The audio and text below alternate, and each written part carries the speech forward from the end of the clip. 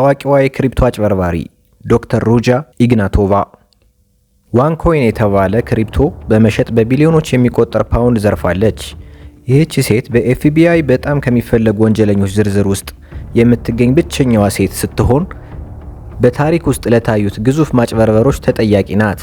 በሚሊዮኖች የሚቆጠሩ ተከታዮችን እንደ አምልኮ በሚቆጠር ኩባንያ ስር በመሰብሰብ የህይወት ምዕራፏን እንዲያምኗት ካደረገች በኋላ ቢሊዮኖችን ይዛ ተሰውራለች። ይህ ድርጊት በአንድ ላይ የተሰበሰበ ቶሎ ሀብታም መሆን ጌት ሪች ኩዊክ የፓንዚ ስኪም ወይም ደግሞ የፒራሚድ ስኪም እና የክሪፕቶ ማጭበርበሪያ ውጤት ነበር። ግን እንዴት አደረገችው? አሁንስ የት ትገኛለች? ከዓመታት በኋላም ቢሆን ይህ ታሪክ አሁንም በሚስጥር የተሞላ ነው። ያለችበት ቦታ አይታወቅም እና ላገኛት ሰው የ$5 ሚሊዮን ሽልማት ተቀምጧል። አንዳንዶች በአዲስ ስምና በአዲስ ፊት ዱባይ ውስጥ ትኖራለች ይላሉ። ሌሎች ደግሞ አስክሬኗ ተቆራርጦ ሜዲትራኒያን ባህር ውስጥ ተጥሏል ይላሉ። ለማንኛውም ግን እሷ በታሪክ ውስጥ ከታዩት እጅግ ባለጸጋ ወንጀለኞች አንዷ ሳትሆን አትቀርም።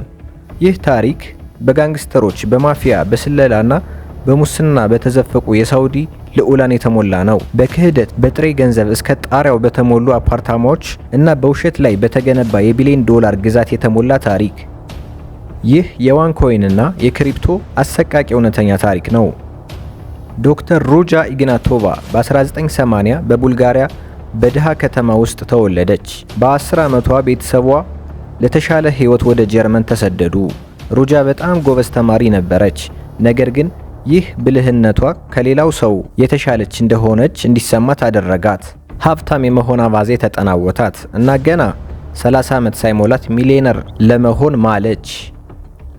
ከፍተኛ ትምህርቷን ከጨረሰች በኋላ በህግ የዶክትሬት ዲግሪ እና ኦክስፎርድ ዩኒቨርሲቲ ሌላ ዲግሪ አገኘች። በዚህ ብቃቷ እንደ ማኬንዚ ባሉ ታዋቂ ኩባንያዎች ውስጥ ሰርታለች። ነገር ግን 31 ዓመት ሆኗት አሁንም ሚሊዮነር አልነበረችም። በ2013 ቢትኮይንን ማጥናት ጀመረች። በፋይናንስ እውቀቷ ምክንያት በአውሮፓ በሚደረጉ ሴሚናሮች ላይ ስለ ክሪፕቶ እንድትናገር ትጋበዝ ነበር። በኖቬምበር 2013 ሴባስቲያን ግሪንውድ የተባለ ሰው ንግግሯን ሲሰማ ህዝቡን የመማረክ ብቃቷን አደነቀ። ከመድረክ ስትወርድም እንዲህ ሲል ጠየቃት፣ ስለ መልቲ ሌቭል ማርኬቲንግ አስበሽበት ታውቂያለሽ? ኤምኤልኤም ወይም መልቲ ሌቭል ማርኬቲንግ ፒራሚድ መሰል ሽያጭ ብዙ ሻጮችን በማሰማራት ኮሚሽን የሚከፈልበት ዘዴ ነው። ሴባስቲያን እና ሩጃ ተባብረው የራሳቸውን ክሪፕቶ ለመፍጠር ወሰኑ። ስሙንም ዋንኮይን አሉት። ኢላማቸው ስለ ቴክኖሎጂ ብዙም እውቀት የሌላቸው ነገር ግን በፍጥነት ሀብታም መሆን የሚፈልጉ ሰዎችን ነበር። ዋንኮይን በብሎክቼን ላይ የተመሰረተ ነው። ነገር ግን ምንም አይነት ብሎክቼን አልነበራቸውም። ዝም ብሎ የሰዎችን ስምና የገንዘብ መጠን የሚመዘግብ የኤክሴል ሰንጠረዥ ብቻ ነበር። ባለስልጣናትን ላለማስቆጣት የትምህርት ፓኬጆችን መሸጥ ጀመሩ። እነዚህ ፓኬጆች ስለ ፋይናንስ የሚናገሩ ጥራት የሌላቸው ፒዲኤፍ ፋይሎች ነበሩ። ነገር ግን ሰዎች እነዚህን የሚገዙት ለትምህርቱ ሳይሆን ከእያንዳንዱ ፓኬጅ ጋር በነፃ የሚሰጠውን ቶክን ወደ ዋንኮይን ለመቀየር ነበር። ሩጃ ራሷን እንደ አዲስ ፈጠረች። ቀይ ሊፕስቲክ መቀባትና ውድ የዲዛይነር ልብሶች መልበስ ጀመረች። በቪዲዮዎቿ ጀርባ ዲግሪዎቿን በመስቀል ዶክተር ሩጃ ተብላ ብቻ እንድትጠራ አዘዘች። ከዛም ቢትኮይን ኪለር በሚል መፈክር ዓለምን ማዳረስ ጀመሩ። በ2015 ዋንኮይን ከመጠን በላይ አደገ። በወር እስከ 85 ሚሊዮን ዩሮ ሽያጭ ያደርጉ ነበር። ሩጃ ገንዘቡን የምታስቀምጥበት ቦታ አጥታ ሆንግ ኮንግ ውስጥ አንድ አፓርታማ በጥሬ ገንዘብ እስከ ጣሪያው ሞላችው።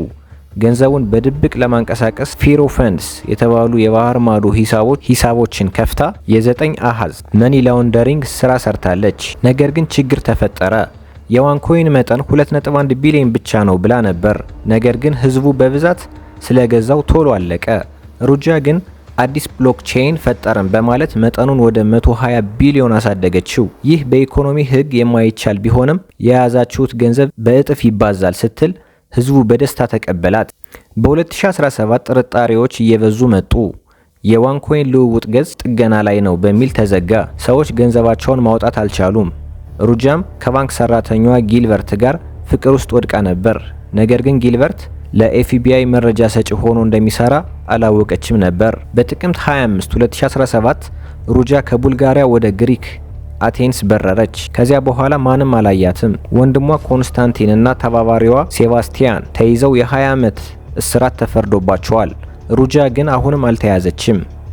ታሪኩ የሚገርመው ሩጃ በ2015 ከሳውዲ ልዑል የተቀበለችው 230 ሺህ ቢትኮይን አሁንም እጇ ላይ ሊኖር ይችላል። ያ ገንዘብ ዛሬ ከ20 ቢሊዮን ዶላር በላይ ያወጣል። ቢትኮይንን አጠፋለሁ ብላ ተነስታ ዛሬ ትልቁ የቢትኮይን ባለቤት እሷ ሳትሆን አትቀርም። ስላዳመጣችሁኝ አመሰግናለሁ። ሌላ ጊዜ በአዲስ ቪዲዮ እስክንገናኝ ቸር ቆዩ።